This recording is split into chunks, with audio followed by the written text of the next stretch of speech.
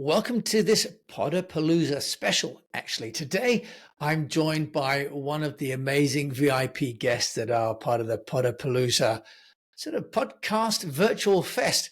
And I'm here with Martin Ricketts, who is actually in Toronto. He's got a company called Digital Samurai. He's going to help us with recurring revenue and how to monetize your story and how to overcome those problems. I guess in your case, how to fight those challenges, Martin, that keep entrepreneurs locked to the desk. Martin, welcome to the show. Thanks a lot, Jim. Nice to be here. Look, it's great to have you here. And I know with the Podapalooza ladies, they want to keep us very tight to schedule. Explain for my fellow unnoticed entrepreneurs what you do, Martin, and how you do it. Yeah, well, Digital Samurai builds end-to-end marketing and technology solutions that bridge the gap between what technology can do and how it's actually used. For example, AI is a great, powerful tool, but only if you ask it the right questions, right? So being able to come up with what we call the last mile problems, the difference between how you do something and the best practices around that, that's what we help companies with. And one of the first things we do is solve a problem which most people don't know they have. We call it technology chaos.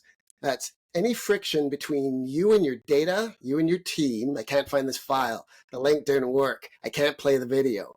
That's technology chaos.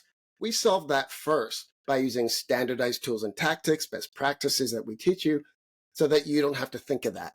And that's really important because what you really want to do is you want to create automation and systems such that you can focus on revenue generating activities and not on all the problems and the minutia. You want to be talking about the video strategy, not how to get the video, right? Martin, you're absolutely right. And my experience as well, and I think statistics show that CEOs, especially of SMEs, where you don't have departmental heads, spend up to 40 to 50% of their time just solving the problems for their team. I know when I had my team in Singapore and China, most of my time was set up simple things like getting the internet to work, getting the mobile phone data to synchronize with the database on the SaaS, for example. So as we get into more and more scale, we need more and more tech, don't we?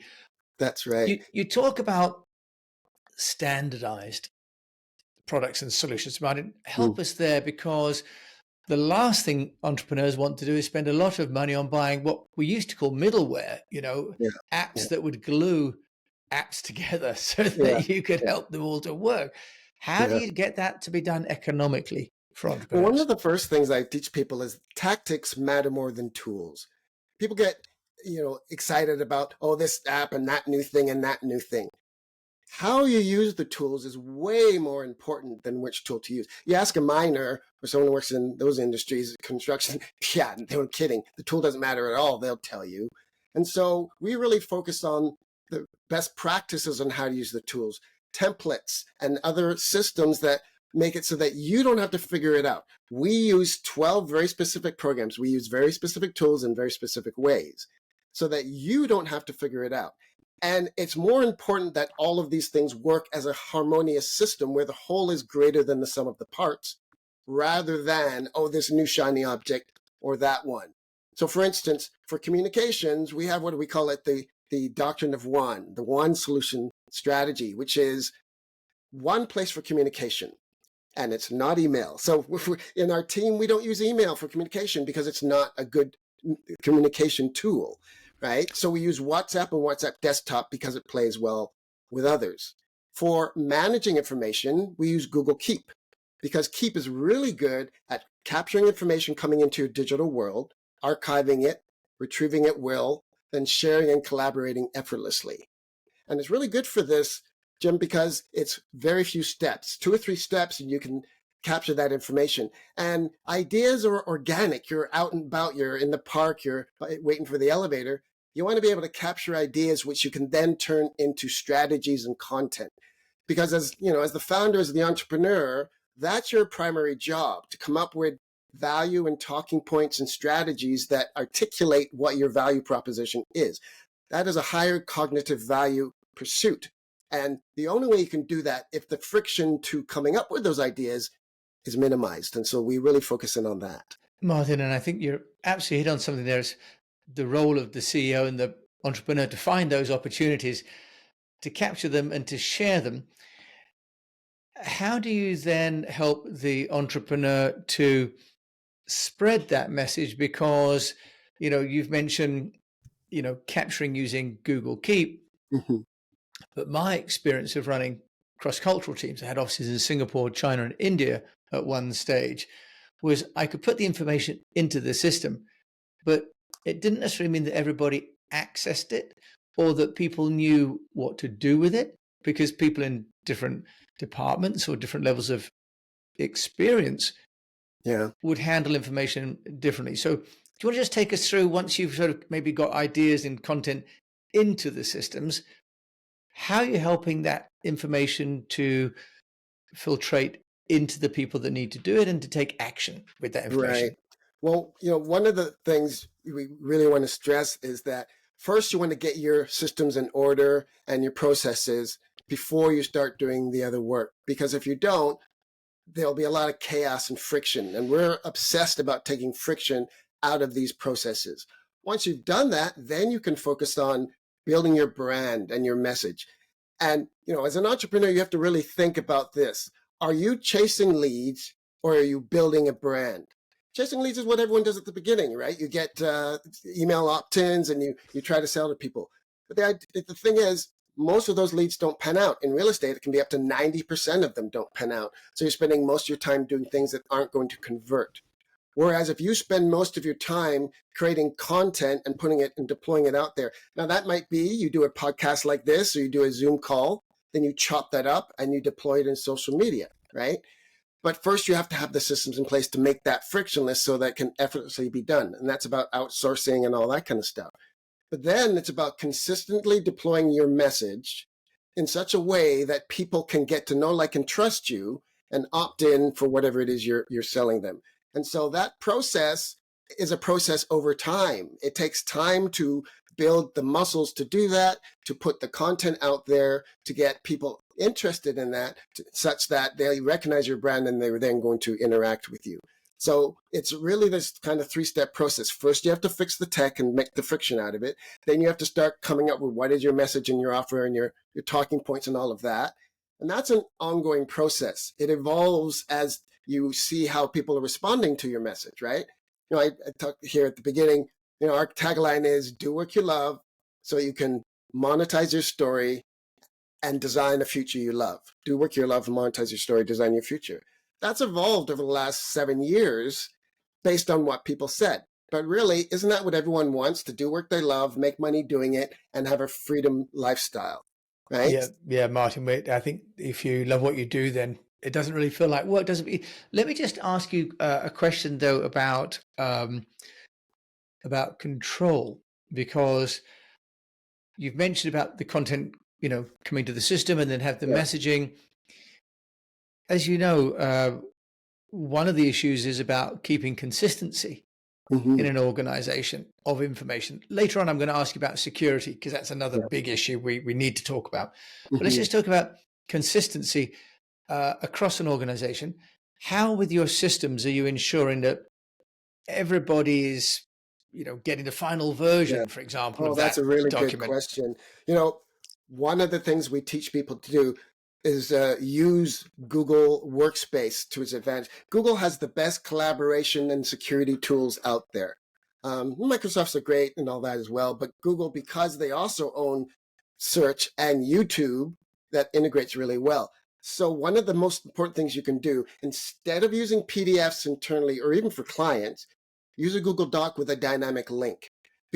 And not just a doc, but also a Google Sites, which is websites, Google Slides, which is like PowerPoint.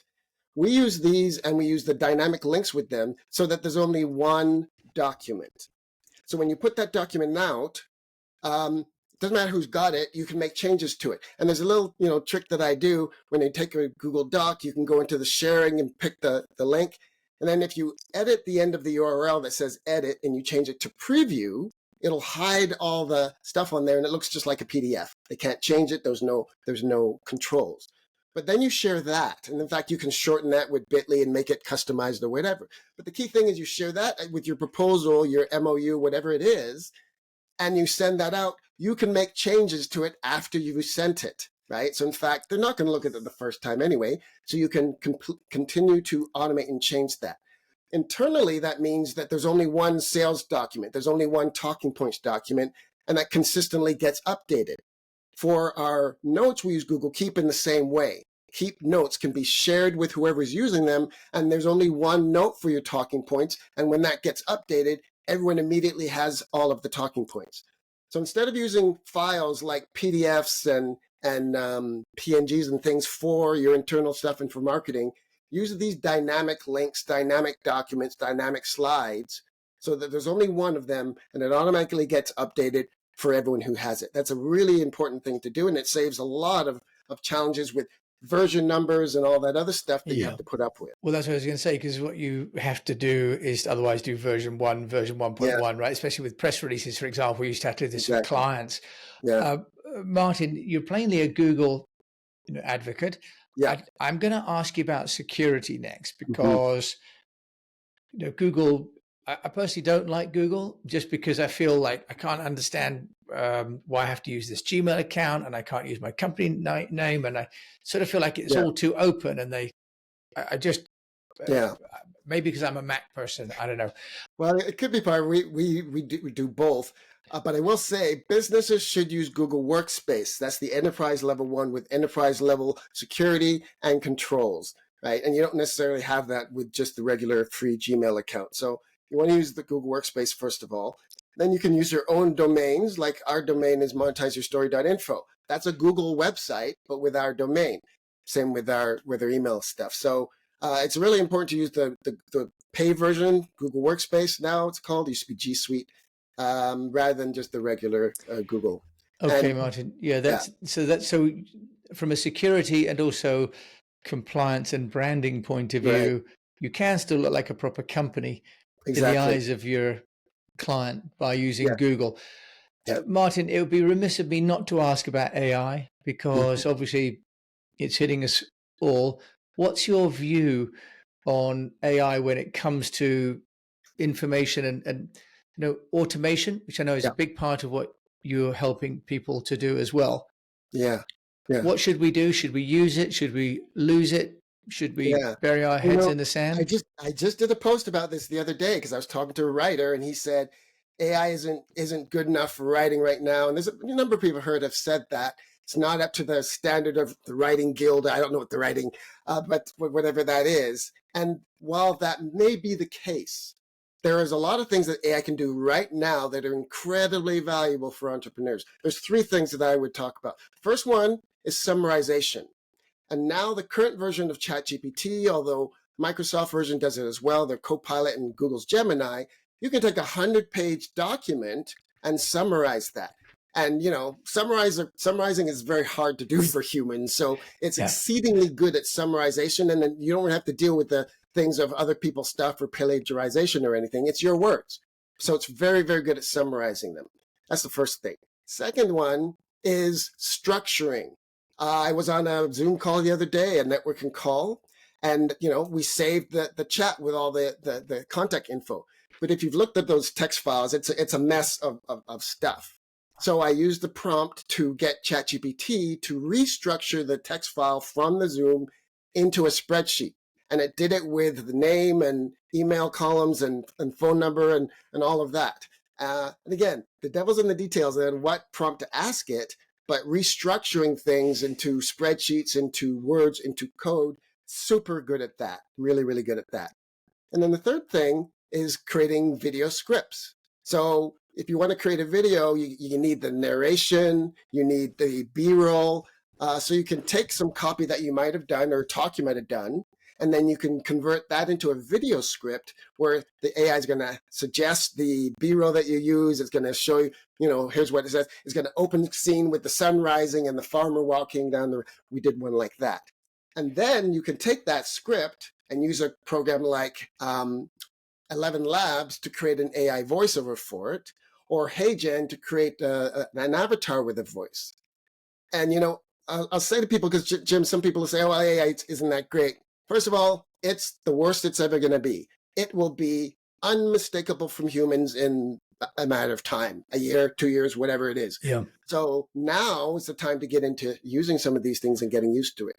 But especially if it's for onboarding or internal training, it doesn't matter so much. And I'll say to people, compared to what? The AI avatars now look very good. The voices are excellent. And especially when you compare it to a PDF, right? You're going to get more conversion with a video with rich media and talking than you will with the PDF. And so the AI tools are really useful for creating videos where you can create the script, create the audio, create the video with it, and you can do it in much less time and cost than it would have been. So it allows you to create, for instance, an onboard program. So maybe you have a talk that you do, but now you can create an online program that doesn't require you to do the talk, and you can make money from that. Now you've got a recurring revenue stream. Yeah, right? Martin, you're absolutely right. And tools like Synthesia, for example, Exactly. are doing amazing work. Yeah, I will say HeyGen's better than Synthesia.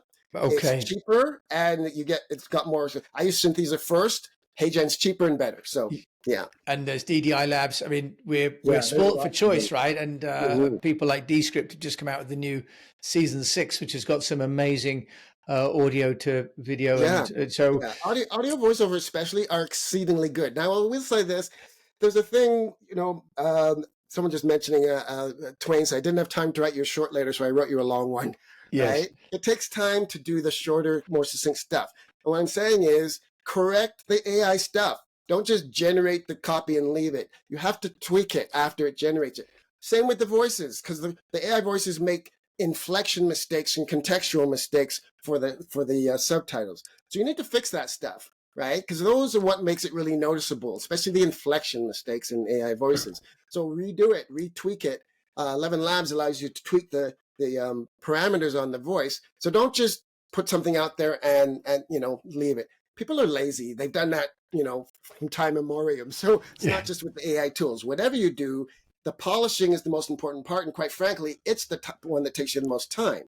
But if the video would have taken you, a week to do, you can do it in a few days. And most of that time will be you tweaking it, because the AI part might take an afternoon, right? But it's the tweaking and the polishing part that only you can do.